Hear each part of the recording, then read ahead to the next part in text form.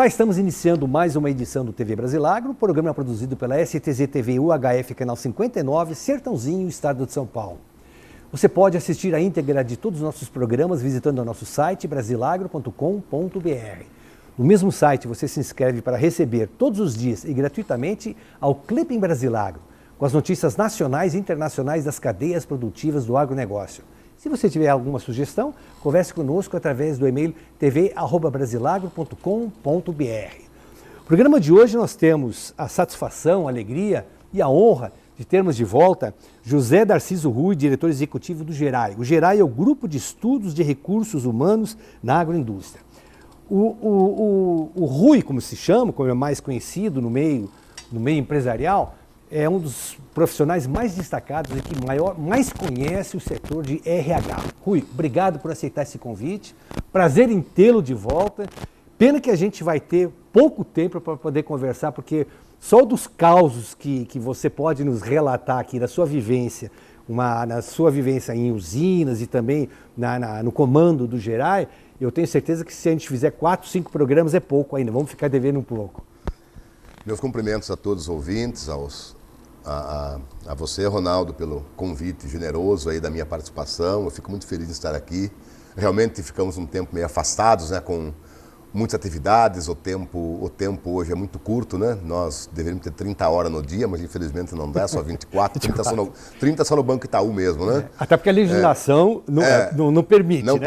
não permite. Aliás, a nova legislação muda muita coisa nesse negócio aí, né? Verdade. Mas estou aqui para atender a vocês aí, falar um pouco sobre o agronegócio, as tendências da RH, a nova legislação trabalhista que vem por aí a partir de novembro, o nosso simpósio. Fica à vontade. Vamos começar com o simpósio? Vamos lá. O telespectador está recém-sentado agora na sua poltrona e já vai começar a pegar informações muito positivas desse simpósio, que já é um evento tradicional, o mais importante, que aborda e foca o setor de RH das empresas da cadeia produtiva sucroenergética e do agronegócio também. Correto.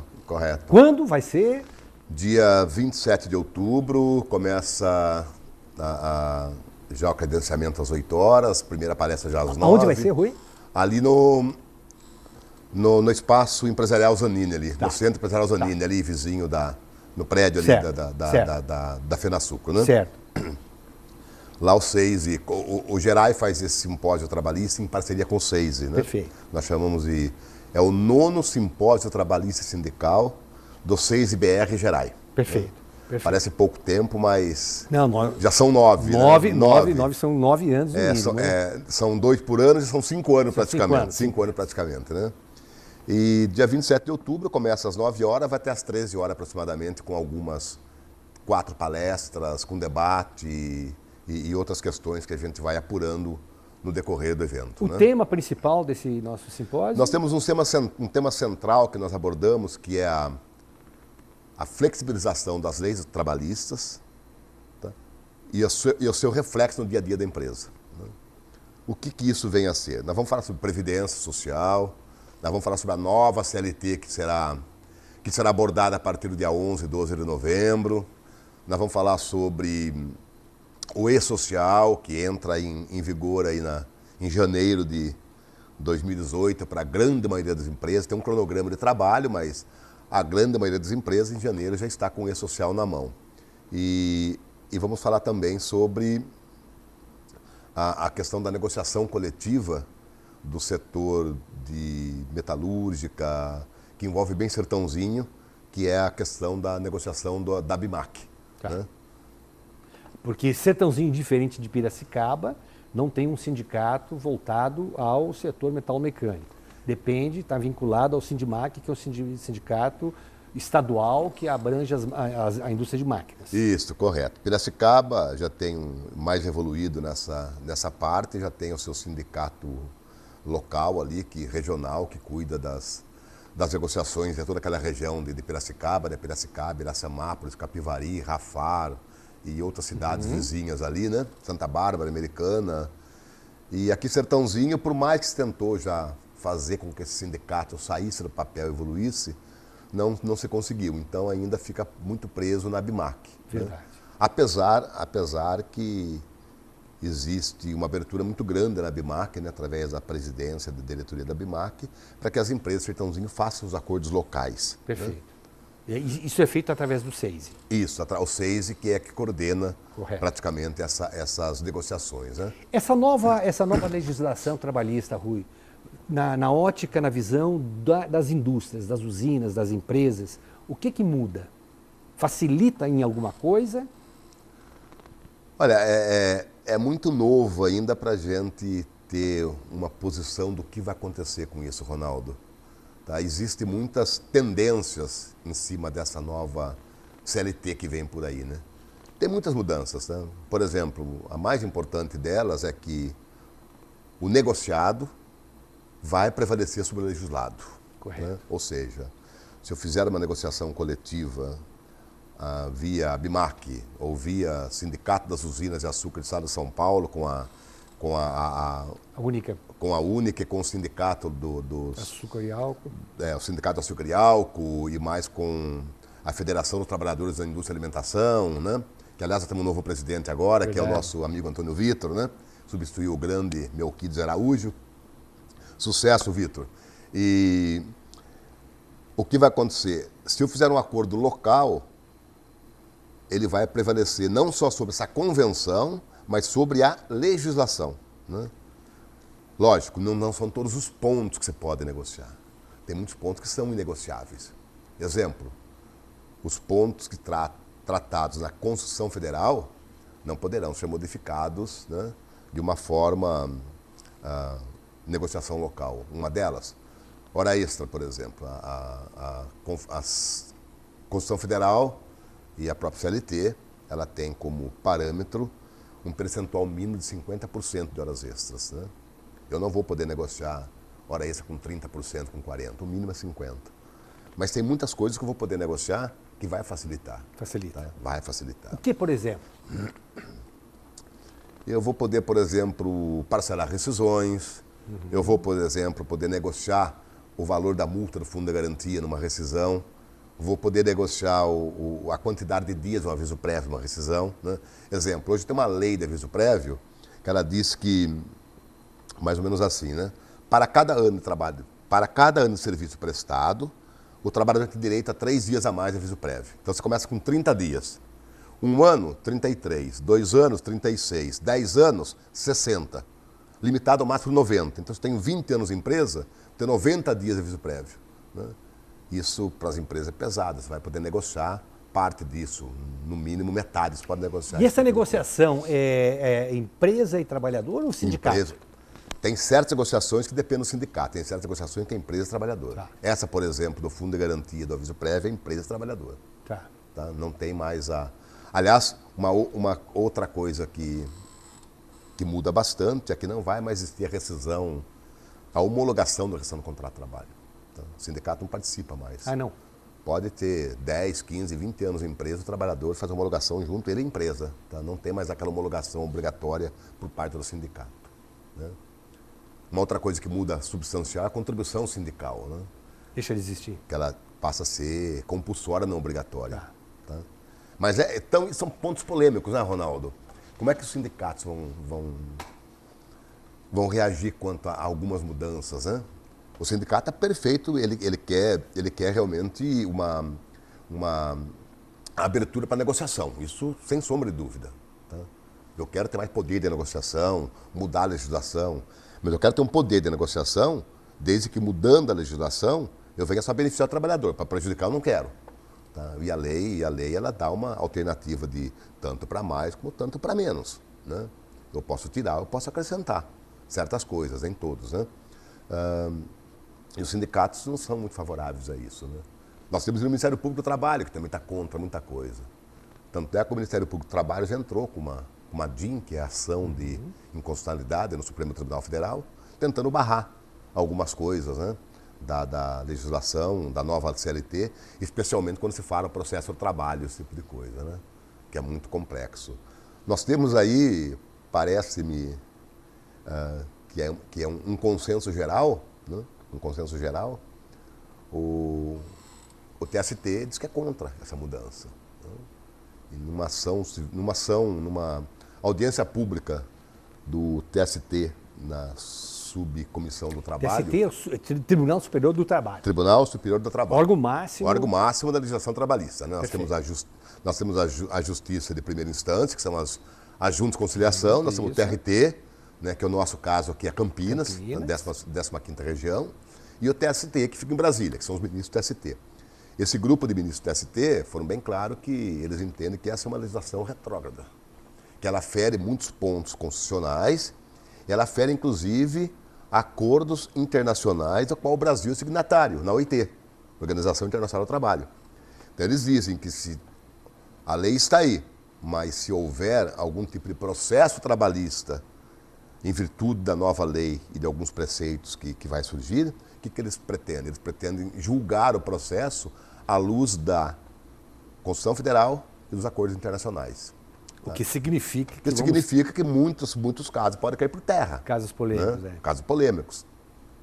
Ainda não sabemos. Mas do jeito que está para o empresariado, atende a sua expectativa? Atende o que se esperava? Atende algumas coisas, sim. Tá? Nós, por exemplo, dentro do setor sucroenergético, não vai ser tão fácil como todo mundo imagina, mas as horas de tiner caem por terra, não existe mais. Não vai ser mais obrigatório a hora de tiner. Tá? Então, o tempo despendido do trabalhador para o seu local de trabalho e para o retorno à sua residência, mesmo que seja de difícil acesso, em condução fornecida pelo empregador, como diz a lei hoje, ela não será tempo de serviço. Ou seja, as horas de tiner não serão mais pagas. Né? Agora, como nós vamos fazer isso? Deixar de pagar? Qual será a repercussão dentro do ambiente de trabalho de você deixar de pagar uma hora em tiner para o trabalhador? Tá? Então, alguma coisa vai ter que ser feita, não vai ser simplesmente assim, eu vou tirar, a partir de agora não pago mais. Né? A partir de agora não pago mais, vai ter um clima organizacional muito ruim, uma desmotivação, não vai ter comprometimento. Tá? Você imagina, eu estava pensando esses dias e conversando num seminário nosso, conversando com a doutora Elimar e com o doutor Marcos Porto, juiz do trabalho, né? Assim, eu imagino uma hora em tiner hoje, ela vale aproximadamente 25% do salário do empregado, que são 30 horas mês, incorporados do DSR, com 50% é 45 horas. 45 horas sobre 220 é 25% a quase 30% aí do salário do empregado, né? 25%. Como é que eu tiro do empregado 25% da remuneração dele e falo para ele, olha, você dirige um caminhão de quase R$1 milhão, tá? Capricha, viu? Ó, você tem uma colhedora de cana que vale R$1 milhão também. Capricha no corte de cana aí, hein? Não deixa soqueira, não arranca raiz. Como é que vai comportar esses trabalhadores? É uma situação difícil, tá? Que, assim, a luz da legislação é perfeito, né? Sim. Opa, vou reduzir meu custo. Mas à luz da política de recursos humanos, da política de gestão de pessoas... Na prática, no dia a dia... na prática, no dia a dia, é mais complicado, não é bem assim. Tá? Então, algumas coisas têm que ser pensadas. Né? Então, deixa eu lhe provocar um pouquinho. À vontade. Nós, né? Nós somos da época em que usina ainda, o corte de cana, tinha o tal do pirulito, né? Que se escrevia lá, ó, você cortou tanto de cana e é corte manual, né? E a coisa andava, né? A coisa andava. Havia dificuldade, havia politicamente várias contradições no processo, mas a coisa andava. Se chegou aí aonde nós estamos aí, graças à teimosia dos empresários, né?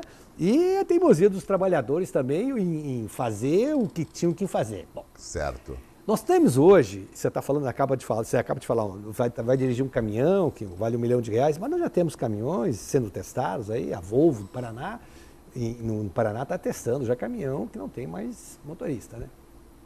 Nós temos tratores já sendo fabricados, a CNH, ela está já mostrando tratores que não tem mais tratorista. E nós temos já, a última conversa, startup, drones, o drone que enxerga por cima tudo, não tem mais como não fazer, como tem que ser feito. Como é que que impacto essas novas tecnologias trazem no dia a dia de uma usina, por exemplo? É uma pergunta interessante e que vai causar polêmica, né? Vai causar polêmica. Por exemplo, a colhedora de cana, ela vai ser guiada por um GPS, um piloto automático, né? E certamente por um drone, alguma coisa assim. e vai dispensar um operador direto nela alguma coisa. O operador deve ficar lá para manutenção, né? Para tirar as sujeiras da para da máquina, trocar as faquinhas, que não tem como trocar uma faquinha automática, não tem como, né? Claro. Troca a faca aí. É como trocar nossa gilete Claro. do barbeador. Troca a gilete. Opa, vem um drômer trocar, não tem como. Não tem como, é Então verdade. certas coisas, fazer manuseio, manobras, isso aquilo vai ter que ter os operadores. Mas é uma evolução muito maior do que quando nós saímos do corte-cano manual para o corte-cano mecanizado. Com certeza, Tá? com certeza. O que nós vamos fazer, como é que nós vamos desenvolver esses trabalhadores para essas novas atividades, é ainda um pouco, não vou dizer complexo, mas um pouco ainda muito artificial na cabeça de todos nós. Você vê as empresas, as usinas preparadas para esse novo momento? Não, no momento não. No momento não, tá? As usinas não estão preparadas ainda nem para fazer a mecanização total do plantio de cana. E quanto vai custar um veículo desse? Uma colhedora de cana dessa? Né? Então, eu acho que é uma questão de longo prazo aí, né? Talvez aí para os anos 2030, alguma coisa assim, a evolução seja bem maior, mas eu não vejo nessa próxima década, 2020, aí, uma evolução muito forte nisso, até porque o investimento é muito alto, né? E os trabalhadores não estão preparados para certas coisas. Então você vê algumas coisas que refletem, por exemplo, né? A partir da mudança da Previdência Social, exemplo. Tá? Os nossos trabalhadores se aposentavam aí, o pessoal de colhedor de cana, tratorista, motorista, com seus quase 55 anos, já estavam se aposentando, agora muda para 65. Tá? Então nós vamos ter que suportar mais 10 anos de trabalhadores mais com idade mais avançadas, sem muita experiência em tecnologia, tá? Para depois... Talvez o desafio grande... É um desafio grande, para depois os novos começarem a incorporar. Né? Eu fico imaginando como é que essas novas mentes, essa geração Y, vai querer trabalhar num campo. Um sol escaldante, com poeira, trabalhar em turnos, área de vivência, levar marmita para a roça. É um pouco mais complicado também, tá? Não é tão fácil. Só para reforçar o que você acaba de dizer, eu entrevistei, estava sentado onde você está, o professor do PSEG, que é a entidade, fundação da Exalc, USP, de Piracicaba, e eu, aleatoriamente, me surgiu uma pergunta, assim, daquelas perguntas que a gente na hora faz, né? Falei assim, qual é o perfil do aluno que estuda e que procura a Exalc para fazer USP agronomia? Qual é o perfil dele? É o filho do fazendeiro? É o namorado da filha do fazendeiro que está se preparando? É o sobrinho do dono da fazenda? Eu falei assim, não. O perfil do nosso vestibulando, ele é urbano, ele quer aprender, mas quer trabalhar na Avenida Paulista ou na Berrini em consultoria. É bem o que você está falando. É por aí mesmo. Ele vai pegar uma caminhonete, vai para o campo, ele vai estar acompanhando uma colheitadeira, né? É complicado isso. É por aí mesmo. Então, o pessoal, a nova geração, eles querem trabalhar em ar-condicionado, com escritório foi a resposta ar-condicionado. que o professor nos deu aqui. Com descanso aí bem regular, sem muitos problemas. É diferente. Tem que ter sinal de internet onde ele vai, né? Porque o smartphone, o tablet sim. tem que funcionar e geralmente não tem, né? Hoje está bem mais tranquilo a situação da internet, porque as usinas têm evoluído muito com relação aos apontamentos, né? Aos controles, e tudo hoje é por GPS, celular. Já conheço algumas usinas que o cartão de ponto do empregado, do tratorista, motorista, ele está no celular. Está no celular. Tá, então tem aqueles bips, isso, aquilo, chegou na lavoura, bate o cartão no celular, já manda para o escritório, a hora de parada, então não tem, já tem essa evolução, já chegou nas usinas. Tá? Mas até então você ter uma evolução maior e ter a situação de máquinas sem operadores, motoristas sem o motorista sem estar na gabina do caminhão, eu acho que é um pouco mais... A evolução tem que ser muito maior, né? Porque eu acho que pode ser, creio eu, não acho não, tenho certeza que se existir alguma coisa de evolução nas cabines dos veículos, na estrada vai ser primeiro que na lavoura. Tá? Agora, meio complicado, né? Começando a ter um motorista dirigindo em autoestrada, isso aqui, um caminhão só guiado por drone. Se nós pensássemos que nos anos 70, quando falava que um dia nós íamos conversar de longe, olhando o rosto um do outro, né? Isso é ficção, né? E sem pagar nada. Né? E sem pagar nada, isso é ficção, né? Hoje isso é real, né? Real. Isso é real, né? WhatsApp. WhatsApp, Skype, né? E não tem. Verdade. É real. Então, duvidar que dentro de algum tempo, né? E a história é muito mais rápida, a evolução da tecnologia é muito mais rápida, né? Dentro de alguns anos aí, nós vamos ter veículos que estão estacionando sem ninguém, que estão dirigindo, se estão movimentando sem auxílio de ninguém. Não era duvidar, não. Uma outra provocação.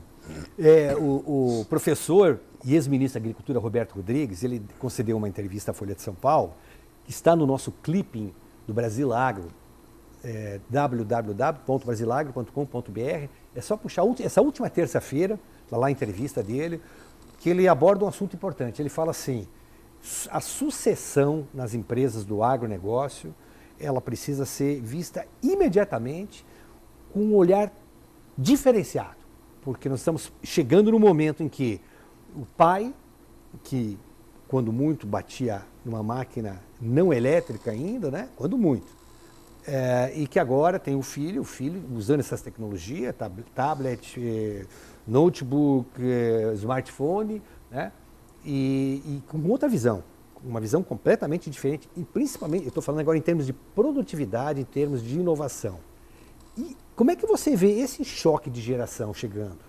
Você, por exemplo, em usinas, você já está vendo que ou nós temos já um executivo contratado, ou então é um dos jovens aí, muito bem preparados, me parece, na grande maioria, são bem preparados, podem ser inexperientes ainda, mas eles já têm uma visão um pouco diferenciada daquela visão que os pais tiveram. Tem duas situações aí, até certo ponto, antagônicas, né? A primeira é quando o filho ou o neto diz, eu vou seguir o projeto do meu pai e do meu avô, né? Como algumas usinas conhecemos aí que os netos estão levando em frente o projeto, né? Eu tenho assim como exemplo a Bioenergia Araporã, em Minas Gerais, que é da família Francesc, na qual veio desde os primórdios, passou por uma outra geração, hoje está na mão do Alexandre Francesc, que era neto do fundador e que conduz a empresa de uma forma muito interessante, né? E nós temos outras que o neto fala assim, esse negócio não é comigo não, tá? Eu prefiro vender esse negócio, aplicar no mercado de ações, ou ir para Paris aplicar em vestido de noiva, que é muito melhor que cortador de cana ou carregador de cana, esse tipo de coisa, né? E então é uma situação que nós vamos ter que avaliar muito como será essa transição. Entendo eu que as empresas do setor que são bem familiares, elas vão, ao longo do tempo, se profissionalizando. Vai ter o executivo contratado e a família vai cuidar só das questões de business family e questões estratégicas. Estratégicas, participar da reunião de conselho, avaliar resultado. E se o executivo for bom, mantém, se não for bom, dispensa, contrata outro. Esse será o futuro. Mas tem algumas empresas ainda que vão ficar na mão de família e a família não abre mão desse negócio, né? Mas são bem conduzidas. Eu ia falar isso. São bem conduzidas. Se você pega, a grosso modo, as usinas aí, onde ainda tem as famílias no comando, os resultados são resultados... São resultados expressivos, tá? Exato. São bem conduzidas, tá? Temos diversos exemplos ainda aqui na nossa região, não vou citar nome para não esquecer algumas. Claro. Mas diversos exemplos aqui na região, né, num raio de 100 quilômetros aqui de Ribeirão Preto e Sertãozinho, que certamente tem empresas familiares bem conduzidas por executivos da família. Né? Exato. Isso é muito bom. E outras que já fizeram a transição profissionalizando toda a gestão. Você participa do conselho, de reuniões estratégicas, de planejamento estratégico da empresa a longo prazo, alguma coisa assim, tá? E aí aparecem muitas as multinacionais também, né? Que tomaram uma fatia do setor, né? É indiano, é coreano, é chinês, é italiano, americano, inglês, francês, que tomaram uma parte do negócio, né? Significativa, tá? 40%? Entre 30% a 40%, 30%, alguma coisa. Se considerar, por exemplo, vamos dizer, a Cosan, né? A Cosan Raizen, Sim. que metade é Shell Internacional, metade é Cosan Nacional, tá? Nós temos quase 40% mesmo. Tá? Então existe muito capital binacional, capital internacional, joint venture, aí, onde os gringos chegam e tomaram parte disso aí. Eu recordo, Rui, nós estamos falando isso, eu recordo em 2006, o Brasilar fez um evento grande em Brasília e na época se falava já da preocupação que o investimento estrangeiro, o capital estrangeiro no setor sucroenergético beirava lá os 3%, 4%, que era basicamente Tereos, usina Guarani, eu acho que só, né? Na época nós tínhamos, acho que em 2006, nós tínhamos a Terreô na Guarani, nós tínhamos a RDC já com algumas usinas, né? Já tinha comprado algumas usinas, RDC. Mas não era nada. Não. Era pouca coisa, era coisa aí de... Nós tínhamos a FBA, que era Franco Brasileiro Alimentos, que era sócia da Cosan em algumas usinas, mas era pouca coisa, chegava a 5%, 6% mesmo, era pouca coisa. Isso. E depois naquele boom todo, o pessoal veio. Tá? Aí vieram Renuca, veio Cófico, Antiganubo, agora é Cófico, veio a Bengoa e tantas outras aí, né? Infinity, e na época tinha Cerona. Para o setor foi bom essa chegada de capital estrangeiro? Eu acho que foi. Creio que foi, sim. As empresas mais tradicionais, as empresas do setor na região Centro-Sul, tá? Não vou nem considerar muito o Nordeste, não, mas é mais o Centro-Sul, aprendeu um pouco mais a fazer gestão. Aprendeu a fazer mais gestão. Tá? Porque esse pessoal internacional briga muito com custo. Sim. Muito com custo. Né? Haviam e há duas reclamações aqui ainda. Quando eu converso com sindicalistas, eles sempre reclamam isso. O pessoal não tem o jogo de cintura que antigamente tinham, até porque eles negociavam diretamente com os donos. Uhum. Então ia conversar com o seu Menezes Balbo, ia conversar com o Maurício Biagi e assim por diante, ficava tudo mais fácil. A negociação era mais fácil.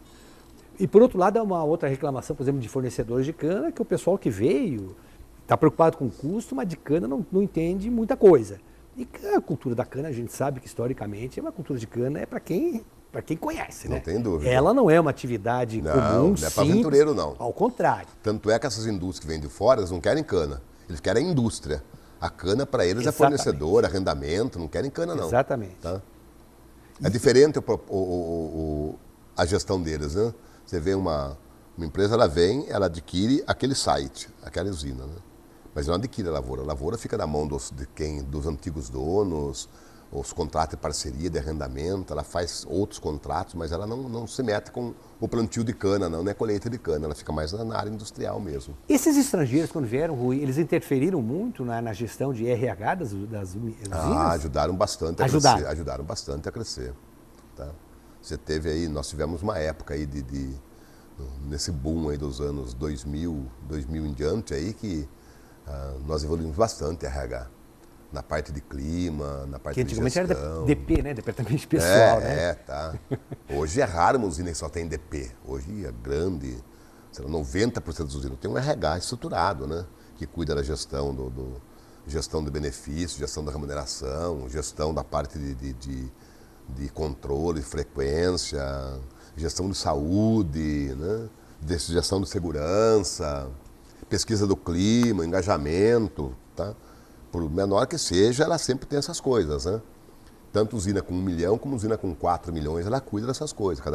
Cada um, os problemas são os mesmos, só aumenta o tamanho do problema. Para quem tem 1.000 empregados, uma coisa, quem tem 4.000 empregados é outra. Mas há um comprometimento e há um senso de responsabilidade quanto a isso. O próprio pessoal, o pessoal operacional evoluiu mais. Tá? Evoluiu mais. Tá? Hoje é mais fácil você... A preparação que esse pessoal trouxe também, né, de outros negócios, outros setores, mostraram uma diversificação boa de negociação, esse tipo de coisa, né? Alternativas boas de trabalho. Esse pessoal veio com uma ideia nova aí de de parceria entre empresa, sindicato, empresa trabalhador, com concessão de benefícios, isso, aquilo. Né? O fato de respeitarem já é um grande avanço. Não tenha né? dúvida. Bom, tanto é que nós, não é pela situação econômica do país hoje, não, mas nós não temos greve no setor desde 2002, 2003, não se escuta mais greve no setor. Aquela grevinha localizada de uma empresa, mas antes disso era greve geral dos trabalhadores. Né? Parava Sertãozinho, parava Piracicaba, parava a região de Araçatuba. Efeito dominó ainda. Assim, né? Isso. Hoje não, hoje para 2, 3 dias e volta à normalidade. Tá? Porque existe um comprometimento, existe um melhor preparo dos negociadores, tanto dos negociadores patronais como dos negociadores do sindicato, em fazer essa parceria, saber conduzir melhor os processos. Aí. Nós estamos chegando, infelizmente, ao limite do nosso tempo, mas eu quero lhe formular uma última pergunta ainda. Quando sentam nessa cadeira onde você está, sindicalistas, principalmente ligados aos sindicatos metalúrgicos aqui de Sertãozinho, eu, desde que começou a crise em 2007, eu tenho feito essa pergunta. O seu filho sonha em ser metalúrgico? O seu filho sonha em fazer um curso no Senai e ele vai procurar seguir a sua profissão? E a resposta sempre tem sido não, porque a situação que está aí está muito clara, né? Você também, você é parceiro, inclusive, do SESI-BR. E o SESI representa a indústria de máquinas, equipamentos, serviços, tecnologia da cadeia produtiva sucroenergética.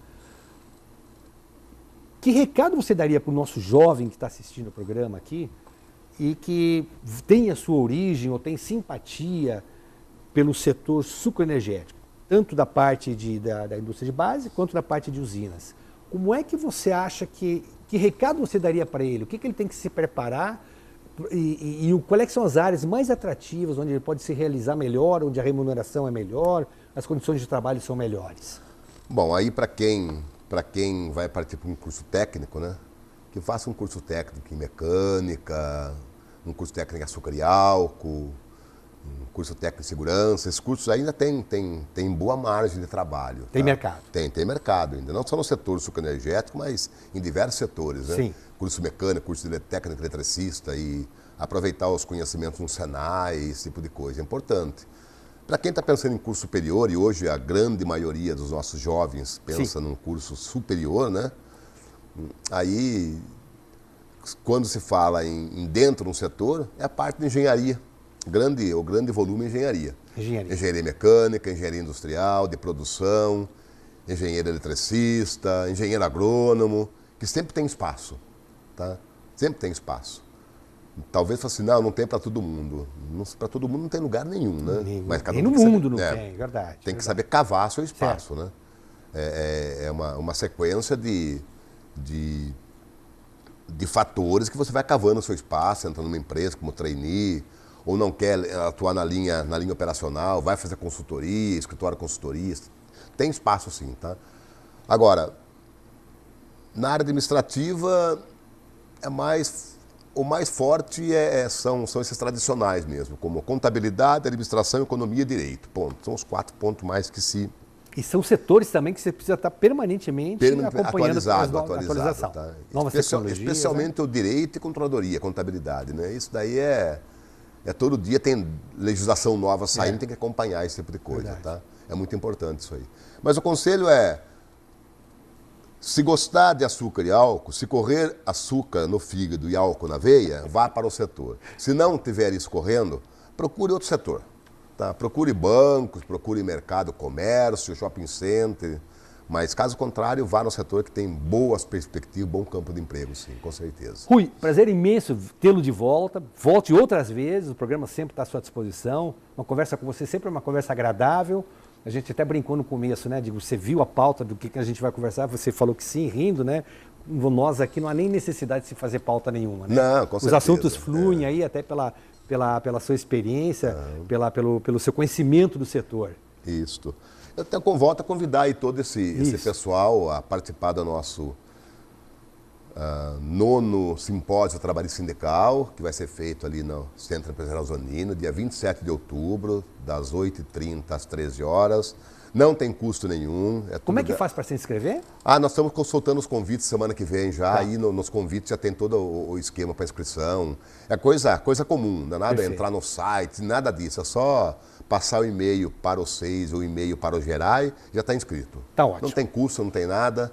E com certeza vai trazer bons instrumentos de informação para todos os participantes. Perfeito. Rui, mais uma vez, muito obrigado. Convite aberto, volte sempre, a casa é sua. Eu que agradeço, que nós tenhamos sucesso em nossos negócios e que o setor frutifique, com certeza, isso é o nosso pensamento, é o nosso desejo. Perfeito. A você, telespectador amigo, nossos agradecimentos, voltamos na próxima semana. Os novos entrevistados, até lá mais uma vez, muito obrigado.